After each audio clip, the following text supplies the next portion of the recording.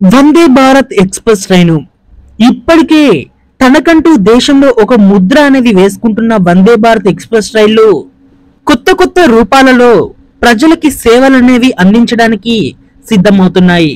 ఈ Vande Bharat express train ని మొత్తం 3 విధాలుగా విభజించి ఇక్కడ తక్కువ దూరం అలాగే ఉదయం పూట ప్రయాణించే రైళ్లకి ఇక్కడ సిట్టింగ్స్ ని ఏర్పాటు చేసి ఇప్పుడు నడిపిస్తున్నారు.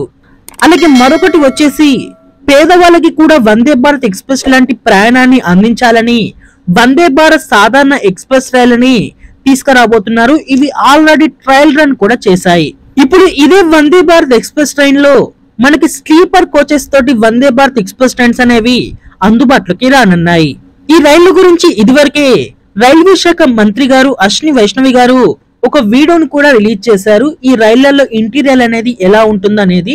వందే భారత్ స్లీపర్ ఎక్స్‌ప్రెస్ లు అనేవి మనకి అందుబాటులోకి వస్తే దేశంలో ఇంతకి మించిన రైళ్లు అనేవి మరొకటి ఉండవనుకుంటా, అంత బాగున్నాయి.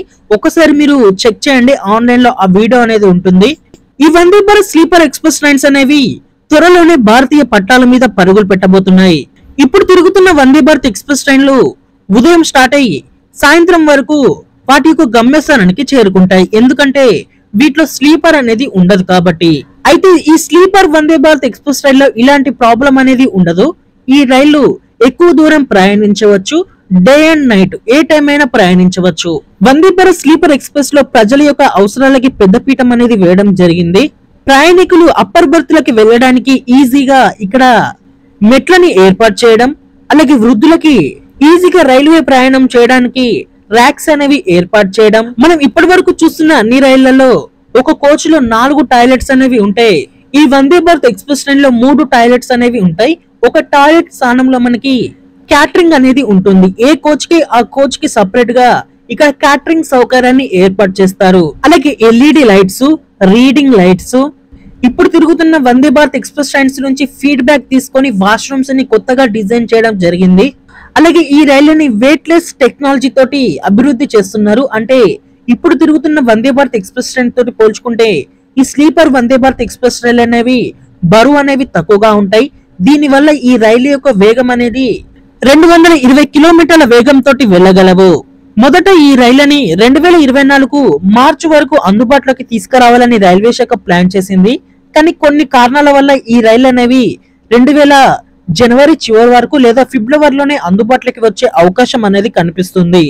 ఈ స్లీపర్ కోచెస్ యొక్క వందే భారత్ ఎక్స్‌ప్రెస్ రైలు అనేవి ఐసీఎఫ్ లో తయారవుతున్నాయి. మరికొన్నిటిని టెండర్స్ ద్వారా వేరే కంపెనీస్ అనేవి చేయబోతున్నాయి. అలాగే ఈ మధ్య కాలంలో ఎక్కువగా వస్తున్న న్యూస్ ఏంటి అంటే విజయవాడ డివిజన్ కి 2 వందే భారత్ స్లీపర్ ఎక్స్‌ప్రెస్ ని కేటాయించే అవకాశం అనేది ఉన్నట్లుగా తెలుస్తుంది. ఇప్పటికే విజయవాడ నుంచి ప్రయాణిస్తున్న 2 వందే భారత్ ఎక్స్‌ప్రెస్ ట్రైన్స్ కి ప్రజల నుంచి మంచి ఆదరణ అనేది లభిస్తుంది. ఇంకా ఈ విజయవాడ నుండి స్లీపర్ వందే భారత్ ఎక్స్‌ప్రెస్ రైలు అనేవి అందుబాటులోకి వస్తే తెలుగు రాష్ట్రాలలో ప్రజలకి రైల్వే ప్రయాణం అనేది మరింత కన్వెంట్ గా మారనుంది. ఈ రైలుని రాజధాని ఎక్స్‌ప్రెస్ రైళ్ల స్థానంలో ప్రవేశపెట్టాలని ఇండియన్ రైల్వే ప్లాన్ చేస్తుంది.